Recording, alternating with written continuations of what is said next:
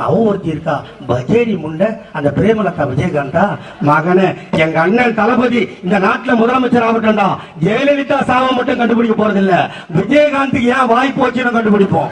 மகளை உங்களை தூக்கி உள்ள போட்டு நசுக்கி சாறு பூஞ்சி சத்தியமா சொல்றேன்.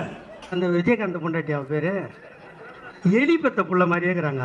அவ பல்ல பாத்தியா நீ முன்னாடி பாடி மவளை உன் பல்ல புடுங்குறேன். 2021 வரட்டும். அது எங்களுடைய தேர்தல் அறிக்கையை பார்த்துத்தான் எல்லா மாநிலத்திலும் வெற்றி பெறுகிறார்கள்.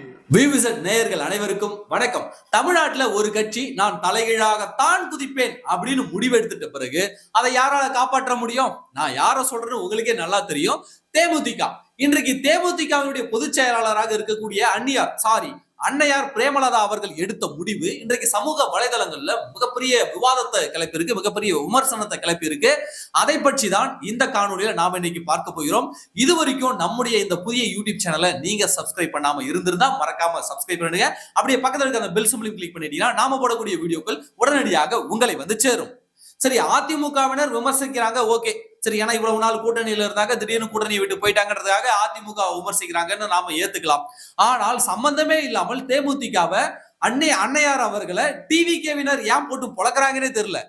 அதிமுக விமர்சிக்கிறாங்க சரி, ஆனா விஜய் கட்சியினர் இன்றைக்கு அதிமுகவினரை விட ஒருபடி மேல போய் இன்றைக்கு தேமுதிகவை போட்டு பொலன்னு பொழந்துகிட்டு இருக்காங்க. அதற்கான காரணம் என்ன என்பதை பற்றி நாம விரிவாக பேசுவோம். கேப்டன் விஜயகாந்த் அவர்கள் மறைந்து விட்டாரா? இல்லைங்க, கேப்டன் விஜயகாந்த் அவர்கள் மறையவில்லை. இன்றைக்கும் லட்சக்கணக்கான தேமுதிக தொண்டர்களின் உள்ளங்களில் வாழ்ந்து கொண்டு இருந்தார் இதுவரைக்கும். ஆனால் இன்றைக்குத்தான் உண்மையாகவே கேப்டன் விஜயகாந்த் அவர்கள் மறைந்திருக்கிறார். இன்றைக்குத்தான் அவருக்கு சாவு. அதற்கு காரணம் அன்னையார் பிரேமலதா அவர்கள் எடுத்த ஒரே ஒரு முடிவு. நாம் கேப்டன் விஜயகாந்த் அவர்கள் யாரை எதிர்த்து கட்சி தொடங்கினார்? யாரை ஒழிக்காமல் விடமாட்டேன் என்று சொல்லி கட்சி தொடங்கினார்? யாரிடமிருந்து தமிழ்நாட்டை காப்பாற்றுவதற்காக கட்சி தொடங்கினார்? உங்க எல்லாருக்கும் தெரியும். இந்த திமுகவின் கருணாநிதி குடும்பத்திலிருந்து தமிழ்நாட்டை மீட்டெடுப்பதுன்னு சொல்லிதான் கேப்டன் விஜயகாந்த் அவர்கள் கட்சி தொடங்கினார். 20 வருடங்களாக இதுவரை இந்த திமுகவுடன் கூட்டணி வைக்காத ஒரே கட்சியாக இருந்தது எது தெரியுமா? அதிமுகவை தவிர்த்து தேமுதிக தான். ஆனா இன்றைக்கு அந்த பிம்பத்தை உடைத்து விட்டு எப்படி கேப்டன் விஜயகாந்த் அவர்களுடைய அந்த கனவை லட்சியத்தை குழி தோண்டி புதைத்து விட்டு இன்றைக்கு யாரை எதிர்த்து கட்சி தொடங்கினார்களோ அவர்களினுடைய பாதங்களிலே மண்டியிட்டு விட்டார் பிரேமலதா அவர்கள். இதை கேப்டன் விஜயகாந்த் அவர்களுடைய உண்மையான தொண்டர்கள் எப்படி ஏற்றுக்கொள்வார்கள்? அதனால்தான் சொன்னேன், இன்னைக்கு தான் உண்மையாகவே கேப்டன் விஜயகாந்த் அவர்கள் மறைந்து போயினார். இன்னைக்கு தான் மறைந்து போனார். இவ்வளவு நாள் அவர் மறைந்து போகல. இவ்வளவு நாள் அந்த தொண்டர்களுடைய நெஞ்சங்களில் வாழ்ந்திருந்தார். இன்றைக்குத்தான் அவருக்கு உண்மையான இறப்பு என்பதை கொண்டு வந்திருக்கிறார் பிரேமலதா அவர்கள். கொன்னுட்டீங்களேமா அந்த நல்ல மனுஷனோட கொள்கைய, அந்த நல்ல மனுஷனுடைய அந்த எதிர்கால பார்வைய இப்படி கொண்டு குழி தோண்டி புதைச்சிட்டீங்களாமா உங்களுடைய அரசியல் சுயலாபத்திற்காக. இதை ஒருபோதும் கேப்டனுடைய ஆன்மா உங்களை மன்னிக்காது. அவருடைய உண்மை தொண்டர்கள் ஒருபோதும் உங்களை மன்னிக்க மாட்டார்கள். ஏன்னா 2 பக்கமும் பேரம் பேசுறாங்க. நாங்க பல முறை சொல்லிக்கிட்டு இருந்தோம். ஒரே ஒரு விஷயத்த சொல்றேன், பிரேமலதா விஜயகாந்த் அவர்கள் ஞாபகப்படுத்திக் கொள்ள வேண்டும். ஒரு காணொலி போடுறேன் பாருங்க. நாளை கழிச்சு முதலமைச்சர் போறேன்னு இருக்கேன் அவர்கிட்ட. என்னன்னா அவன் கல்யாண மண்டபத்தில் 2 தூண் வந்துருச்சாமியா இடையில. அதுக்கு ஒரு கட்சி ஆரம்பிச்சு நான் அடுத்த முதலமைச்சர் சொல்லிட்டு வாழ்ந்துகிட்டு இருக்கேன். என் நேரம் புல்லா தண்ணியை போட்டுச்சு. இந்த திமுக இந்த தேமுதிகவை அழிப்பதற்கு வடிவேலு என்ற ஒற்றை நபரை வைத்து எவ்வளவு அவதூறுகளை, எவ்வளவு கீழ்த்தரமான பேச்சுக்களை பேசுறாங்க. இன்னைக்கு அவங்க கூட போய் கூட்டணி வச்சிருக்கீங்கல்ல. இன்னைக்கு அந்த வடிவேலு மேடையில ஏறினார்னாக்க அவர் முகத்துல நீங்க முழிப்பீங்களா? அல்லது அவங்க பேசும்போது அவர்கள் கை கொடுப்பீங்களா? அந்த வடிவேலு ஏறக்கூடிய மேடையில் இந்த பிரேமலதா விஜயகாந்த் அவர்கள் அமர்வார்களா? சொல்லுங்க பாப்பா. இந்த வடிவேலுக்கு மிகப்பெரிய வாழ்வை கொடுத்தது ராஜ்கிரனுக்கு பிறகு கேப்டன் விஜயகாந்த் தானே. அவருடைய இறப்புக்கு கூட இவன் வந்து பார்க்கவில்லையே. அப்பேற்பட்டவன் இந்த கேப்டனுடைய அழிவிற்கே மிக முக்கிய காரணமாக இருந்த அந்த வடிவேலும் திமுகவினுடைய மேடையில நீங்கள் ஏறுவதை கேப்டன் தொண்டர்கள் எப்படி ஏற்றுக்கொள்வார்கள்? அந்த வடிவேலைய திமுக மேடையில நேருக்கு நேர் நீங்க சந்திப்பீங்களா? சொல்லுங்க பாப்போம். சிவாஜி கிருஷ்ணமூர்த்தி உங்களை பத்தி என்னென்ன பேசலாம் தெரியுமா? இதோ போடுறேன் பாருங்க. நீங்களும் மகளிர் தானே, பிரேமலதாவும் மகளிர் தானே. அந்த அம்மா சொல்லுது, முதலமைச்சருக்கு கை ஆடுதான். அது ஆடுதா ஆடலையான்னு பார்க்க வேண்டியது அவங்க பொண்டாட்டி தானே. இல்லைம்மா, நான் தெரியாத கேட்குறேன், நான் அசிங்கமாக பேசலை. அது ஆடினாலும் ஆடலைனாலும் அவஸ்தைப்பட போகிறது அவங்க சம்சாரம். எது ஆடுது ஆடலைன்னு பார்க்கறதுக்கு ஒரு கட்சி தலைவி தேவை. இப்படி உங்களையும் தேமுதிகவையும் இழிவுபடுத்திய கொச்சைப்படுத்தியவர்களினுடைய மேடையில ஏறுவதற்கு உங்களுக்கு கூசுல? சொல்லுங்க, கொஞ்சமாவது கூசுல உங்களுக்கு? சோத்துல உண்மையாகவே உப்பு போட்டு சாப்பிடுவவராக இருந்தால் இப்படி வந்திருக்குமா? ஒருவேளை கேப்டன் விஜயகாந்த் அவர்கள் இன்றைக்கு உயிரோடு இருந்திருந்தால் இன்றைக்கு உங்களை விரட்டி விரட்டி வெளுத்திருப்பாரு. நான் எதுக்காக கட்சி ஆரம்பிச்சேன், இன்னைக்கு எவன்கிட்ட போய் அடமான வைக்க போயிருக்கேன்னு சொல்லி பிடிச்சி வெளு வெளுன்னு வெளுத்திருப்பார்.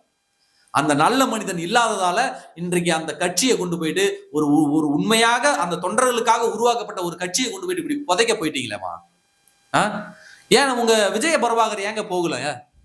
ஏன் உங்க கூட கூட்டிட்டு போல? ஏன் அவருக்கு அசிங்கமா இருக்கா? ஏன் தெரியுமா?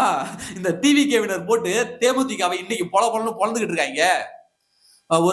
ஒரு மாதத்துக்கு முன்னாடி நினைக்கிறேன், தேமுதிகவினுடைய ஒரு மேடையில நின்றுட்டு விஜய் பிரபாகர் என்ன தெரியுமா சொன்னாரு? விஜய் சார், உங்களுக்கு சொல்லிக்கிறேன், காங்கிரஸை நம்பி திமுகவை நம்பி நீங்க காங்கிரஸ் நம்ம கூட வந்துரும் நம்பி இருந்துடாதீங்க. அவங்க உங்களை கழட்டி விட்டுருவாங்க. நான் நின்ன விருதுநகர் தொகுதியில எனக்கு என்ன மாதிரி வேலை பார்த்தானுங்கன்னு எனக்கு தான் தெரியும். யார சொல்றாரு? காங்கிரஸ் திமுக கூட்டணியை சொல்றாரு.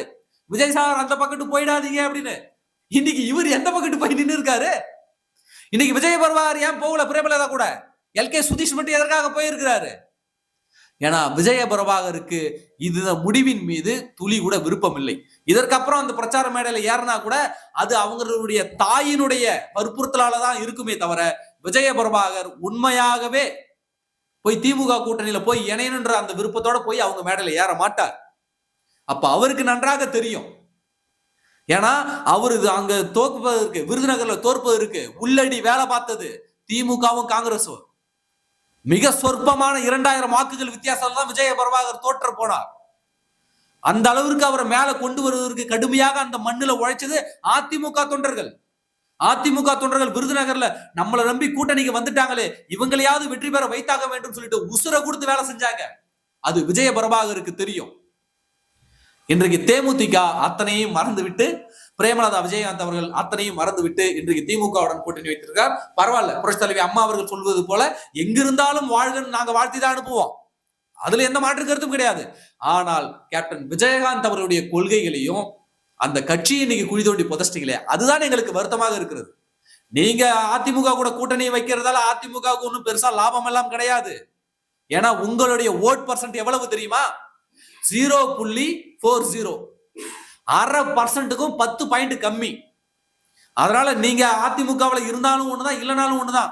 அதை பத்தி நாங்க கவலைப்படல. எங்களுக்கு இருக்கக்கூடிய ஒரே கவலை, யாரை எதிர்த்து கட்சி ஆரம்பிச்சாரோ ஒரு நல்ல மனிதன், அந்த நல்ல மனிதனை இன்னைக்கு கொண்டு புதைச்சிட்டீங்களே, அதுதான் எங்களுக்கு இருக்கக்கூடிய ஒரே கவலை. இன்றைக்கு டிவிகேவினர் அதனாலதான் போட்டு தேமுதிக போட்டு பொழந்துகிட்டு இருக்காங்க. எங்களை அந்த பக்கம் போவாதீங்கன்னு சொல்லிட்டு நீங்க அந்த பக்கம் போயிட்டீங்களேயா அப்படின்னு சொல்லிட்டு இன்றைக்கு அவர்களும் போட்டு பொழந்துகிட்டு இருக்காங்க. தேமுதிக வரலாற்றிலேயே இவர்கள் எடுத்த மிகப்பெரிய ஒரு தவறான முடிவுனா அது இதுதான். இன்றைக்கு, அதாவது 10 வருஷத்துக்கு முன்னாடி கருணாநிதி சொன்னார்ல, பழம் நழுவி பாலில் விழப்போகிறது என்று. இன்றைக்கு பழம் நழுவி பால்டாயிலில் விழுந்து விட்டது. அப்படிதான் நாம சொல்லணும். கரெக்ட் தானே? 10 வருஷத்துக்கு முன்னாடி கருணாநிதி சொன்ன வாக்கு இன்னைக்கு பலித்திருக்கிறது. இன்னைக்கு பிரேமலதா அவர்களுடைய வாயிலிருந்து அண்ணன் ஸ்டாலின் அவர்கள் முடிவை சொல்லுவார் அப்படின்னு அவர்கள் அப்படியே வார்த்தை பொங்க அவர் பேசியிருப்பாரு. ஒரே ஒரு விஷயத்தை மட்டும் இந்த தேமுதிக தொண்டர்கள் மறந்துடாதீங்க, அண்ணையார் அவர்களே நீங்களும் மறந்துடாதீங்க. கேப்டன் அவர்களுடைய கட்சியினுடைய அத்தனை மாவட்ட செயலாளர்களையும் சுக்கு சுக்காக உடைத்து பிரித்தது திமுக. பொதுவெளியில ஊடகங்களை கையில் போட்டுக்கொண்டு விஜயகாந்த் அவர்களை எந்த அளவிற்கு கொச்சைப்படுத்தணுமோ அந்த அளவிற்கு கொச்சைப்படுத்தி இழிவுபடுத்தியது திமுக. வடிவேலு என்ற ஒற்றை நபரை மேடையில் வைத்துக் கொண்டு குடிகார பைய அந்த விஜயகாந்த் அப்படின்னு பேச வைத்தது திமுக. தேமுதிகவை அழித்ததே திமுக. விஜயகாந்த் அவருடைய மரணத்திற்கு காரணமும் இந்த திமுக தான். அவர்களோடு நீங்கள் கைகோர்த்திருப்பதை தேமுதிகவினுடைய உண்மை தொண்டர்கள், கேப்டன் அவர்களுடைய உண்மை தொண்டர்கள் ஒருபோதும் ஏற்க மாட்டார்கள். உங்களை குழி தோண்டி அவர்கள் ஒரு நாள் புதைக்கத்தான் போகிறார்கள். இதுதான் தேமுதிகவிற்கு கடைசி தேர்தல். நன்றி.